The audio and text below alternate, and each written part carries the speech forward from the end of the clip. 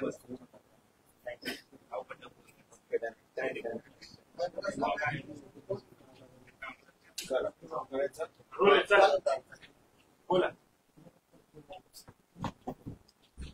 सुरू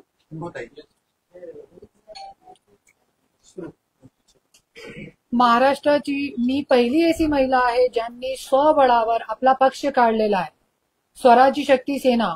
आणि आज 8 मोठे मोठे पक्ष, मोठे मोठे प्रस्थापित गेले 80 वर्ष पासून फक्त जातीपातीचा राजकारण पूर्ण महाराष्ट्रामध्ये विकासाचा मुद्दा थांबून फक्त जातीपातीचा राजकारण करून आणि आज प्रस्थापित लोक जे राजकारण करत आहे त्याच्यामध्ये आज एक महिलाला 8 पुरुषांचे पक्ष असताना एक महिलांना पक्ष काढावा लागला.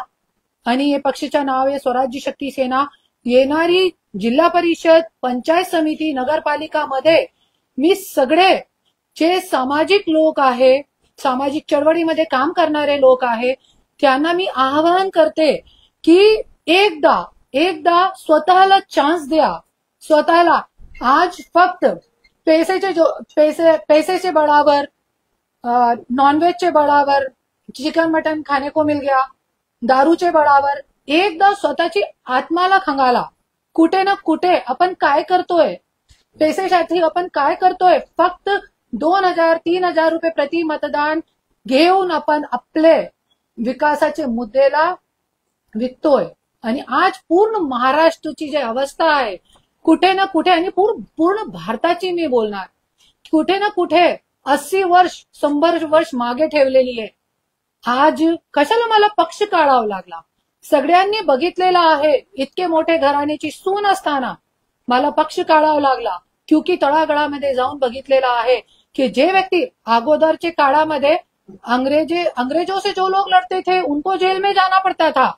पण आज ज्या लोकांना आपण निवडून देत है ना, हे कार्यकर्ता आपली छाती पे वार झेल के निवड के देत आहे, ज्या लोकांना तेच नेता मंत्री झाल्यानंतर, आमदार झाल्यानंतर त्या कार्यकर्त्याला, त्यांची बायकोला, त्यांची आईला, 75 वर्षाची आईला पण जेलमध्ये टाकतोय.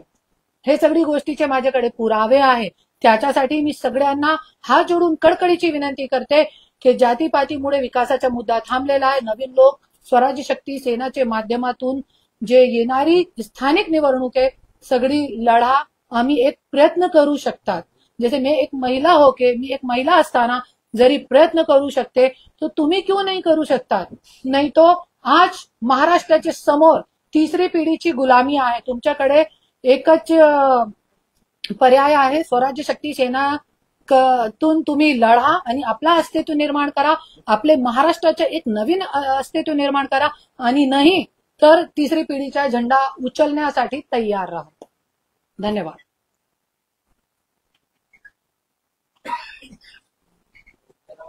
तुमच्या पक्षाचे काय अजेंडा? विकास आणि भ्रष्टाचार हे आमचे पक्षाचा हेच एजेंडा आहे. आणि नाली, रस्ता, बिजली, पाणी, आज कुठेही नाली नाहीये. जरी कुठे नाली आहे तो ते तुंबलेली आहे, 4 वर्ष नाली काढत नाही. पाणी नाहीये. आज निवडणूक तोंडावर आलेली आहे, तो 2 दिवसामध्ये एकदा पाणी देतोय, पण निवडणुकी गेल्यानंतर परत पाणी बंद होणार आहे. तो हे जे मुद्दे आहे, आणि जे आपला छत्रपती संभाजीनगर आहे याच्यामध्ये जास्त मुस्लिम समाज आहे. तो मुस्लिम समाजाचे मुद्दे, मुस्लिम समाजाचा पण फक्त गैरवापर करताय, त्यांचे मतदानाचा गैरवापर करताय, पण कोणत्याही पक्षाने त्यांना पाठबळ दिलेला नाही.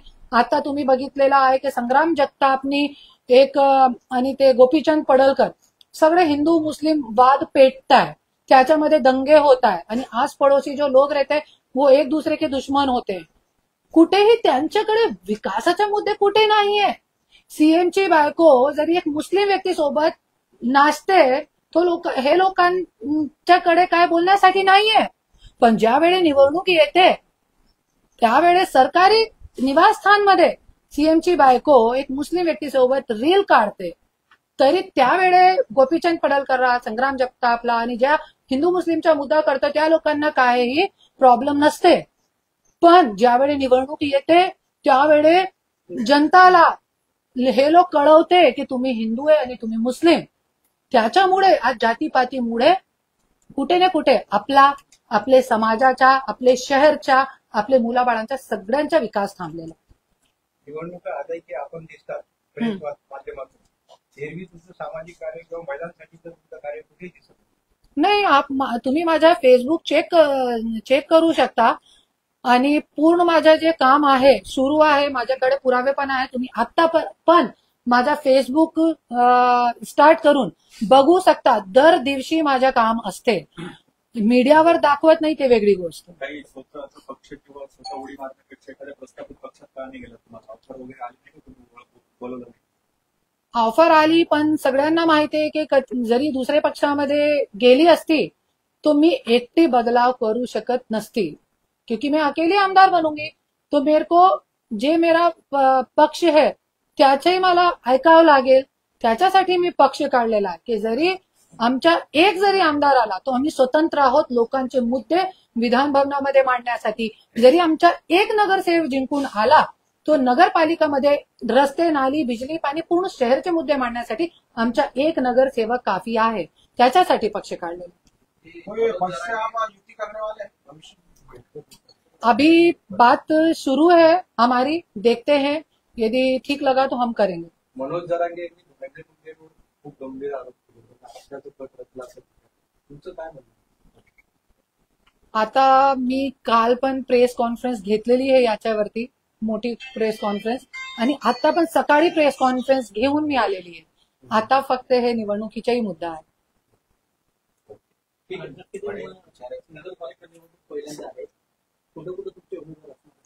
जिथे हा उमेदवार तुमच्याकडे आहेत का? हा, आता अचानक निवडणूक लागली आहे. आमची काही तयारी नाही होती, तरी पण निवडणूक अचानक तोंडावर आलेली आहे. तरी पण मी परभणी, लातूर आणि आज ही आपली तिसरी पत्रकार परिषद आहे. पत्रकार परिषद बघितलेली आहे आणि परलीमध्ये पण मी सीटे उभे करणार आहे. बीडमध्ये पण तो पत्रकार प्रेस कॉन्फ्रेंस के माध्यम से मी सगळ्यांना आवाहन करत आहे, जिथे आले त्यांना हम तिकीट देणार आहे. आणि आज मी एक और बोलते, इतके सारे पत्रकार लोक आहेत, त्यांना मला असं वाटतं की बोलायला पाहिजे. आता बीडमध्ये तुम्ही बघितलेला एक पत्रकारचा मुलगा फक्त 20 वर्षाचा होता. ज्या दिवशी मी त्यांचे घर संतावना भेट देण्यात गेली ना, त्या दिवशी त्यांचा बर्थडे होता, जन्मदिन होता. आणि माझे डोळ्यामध्ये पाणी आला त्या दिवशी की किती वाईट परिस्थिती. आणि 20 वर्षाचा मुलगा, पत्रकारचे 20 वर्षाची मुलगेची जे हत्या जे आहे, निर्घुण हत्या रोडवरती झाली, तरी पण आजपर्यंत आरोपी अटक नाहीच आहेत. अशी महाराष्ट्रामध्ये परिस्थिती आहे. त्याच्यासाठी आपण पक्ष काढलेला. जसे भाऊंनी सांगितलं ना, दुसऱ्या पक्षामध्ये कशाला नाही गेले आप, है ना. जरी मी दुसऱ्या पक्षामध्ये होती आणि मी आंदोलन केलेलं आहे, मी कोणासाठी करते, क्योंकि मी एकटी आणि आपला स्वतंत्र पक्ष घेऊन मी चालत आहे. बरोबर. पक्ष काढणं हा तुमचा काढलेला निवडणूक लढवायची असेल तर त्याला निवडून असणं लागते, निवडून लागतं. राज्यामध्ये पहिल्यांदा नगरपालिका निवडणूक आहे, तर तुमच्या पक्षाची बांधणी राज्यातल्या सर्व नगरपालिकेत आहे का? किती उमेदवार राहणार आहे, संघटन काय, काही निवडणूक पत्रकार परिषद, ठीक आहे, बांधणी जी लागते त्या. हा, बांधणी जी आहे ते आपली फक्त 7-8 जिल्ह्यामध्ये आहे, पूर्ण महाराष्ट्रामध्ये नाही झाली आता. पण जिथे जिथे मतलब ज्यादा भी मैं प्रयत्न नहीं कर पाई हूँ, क्योंकि अचानक तोंडावर निवडणूक आलेली, अचानक जाहीर केलेली, तो जास्त मी करू शकत नाही. एकटी महिला मी कुठे कुठे जाणार, पण जितकी माझी शक्ती आहे मी करते. आज पण मी 12 वाजता, येस, नाही मराठवाडा, येस मराठवाडामध्ये. हा, त्याच्यासाठी आपण पत्रकार परिषद घेतली. पत्रकार परिषद ठीक आहे, तुमचं कार्यकर्त्यांची बैठक व्हायला पाहिजे. हा, बैठक अगोदरपासून सुरू आहे आमची. हा, नगरपालिका, जिल्हा परिषद आणि पंचायत समिती पण सगळी निवडणूक. महापालिका पण. हा, महापालिका पण सगळे. आपला पक्ष आहे आणि आपला राष्ट्रीय पक्ष आहे.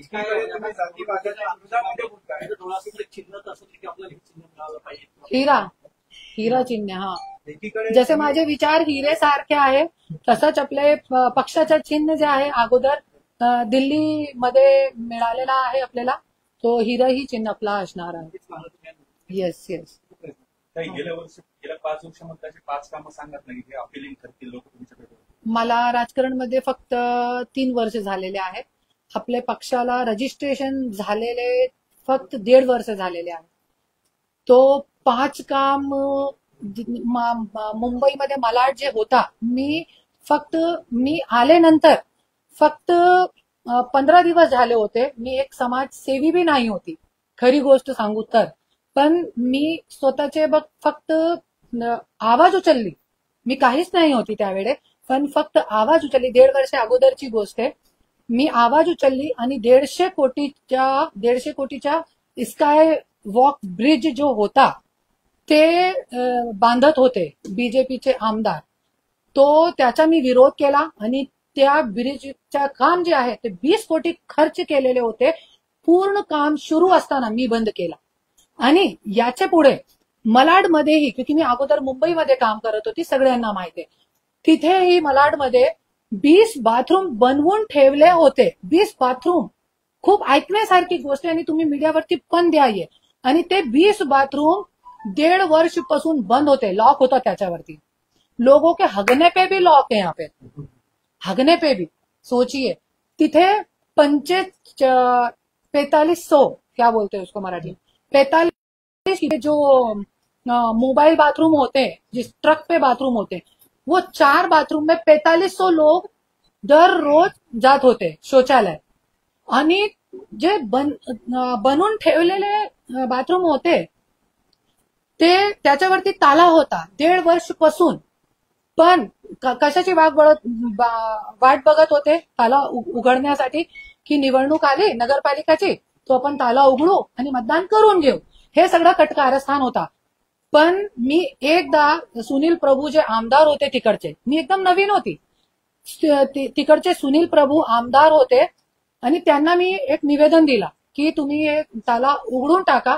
4500 लोकांना खूप त्रास होत आहे आणि सकाळी सकाळी त्रास होत आहे.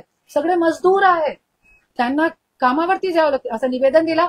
मी 1 महिन्याचा टाइम दिला त्यांनी ताला नाही उघडला. 45 दिवस नंतर मी स्वतः गेली भरी बरसातमध्ये. सकाळी 6 वाजता लाईन लागली होती शौचालयासाठी. मी गेली, मैंने हथौड़े से ताला तोड़ा और मैंने बोला लोगों को जाओ करो उद्घाटन, और लोगों ने वहां पॉटी करके उद्घाटन करा. हाँ, ऐसे मैंने काम करे हैं जो कोई नहीं कर सकता. और भी आणखीन काम तुम्हाला बघायचं आहे तो तुम्ही माझ्या फेसबुक अँड इंस्टाग्राम तुम्ही बघा, तुम्हाला शेकडो काम तुम्हाला भेटतील. पण हे ऐतिहासिक काम होते आणि मी काय नसताना मला फक्त मुख्यमंत्र्यांच्या पत्नी ज्या एक उत्तम कलावंत आहेत, गायक आहेत, एका मुस्लिम युवकासोबत त्या नृत्य करतात किंवा गातात, याच्या विरोधामध्ये तुम्ही आहे? नाही, विरोधामध्ये नाहीये मी. त्या खूप चांगली आहे आणि त्यांना मी एप्रिशिएट करते की एक लोकांचे विरोध जाऊन त्यांना खूप लोक ट्रोल करताय. तर अजून ते जे मेन आरोपी आहे, मेन कल्प्रेट आहे, ते गायब आहे आणि 4 जे असेच लोक होते त्यांना अटक केलेली आहे. तर हे सगळी गोष्टी जे आहे, आणि त्याच्या पाठीमागे आज कोणी नेता नाहीये, त्याच्यासाठी ते मुद्दा उचलत नाही. पण मी एकच बोलते, हे जो वेळ आहे ना, जे आपला यश ढाका आहे, ते वेळ आपल्या घरापर्यंत यायची वाट बघू नका. नाही, अतिवृष्टीमध्ये मी भेट देऊ शकली नाही, पण फोनवरती जिथे होऊ शकला मी काम करत आहे फोनवरती. जसं की मेन काम काय आहे, बीडमध्ये दिलेली आहे मी भेट, पण बाहेर नाही देऊ शकली मी, क्योंकि आज ये पण करायचं आहे. आणि फोनवरती कुठे पाहणी झालेली आहे, कुठे नाही झालेली, जिथे आमदार खासदारचे जवळचे लोक आहे त्यांची पाहणी होत आहे, पण जे खरंच ज्यांना गरज आहे त्यांची पाहणी होत नाही. त्याच्यासाठी मी तलाठी आणि तहसीलदार कडून मी फोनवर बोलते आणि फोनवरती माझं पूर्ण काम सुरू आहे. मनोज जरांगे यांना निवडणुकी आली त्याच्यानंतर झेड+ सुरक्षा देण्यात याची मागणी करण्यात येते. तुम्ही त्यांना वारंवार जरांगे भाऊ म्हणतात, तर भावासाठी काय तुमची? 100% द्यायला पाहिजे. असे बंगार लोकांना दिलेली आहे, तो ते एक समाजासाठी लढणारा व्यक्ती आहे, तो त्यांना द्यायला पाहिजे. बहुत बहुत धन्यवाद आप लोगों का.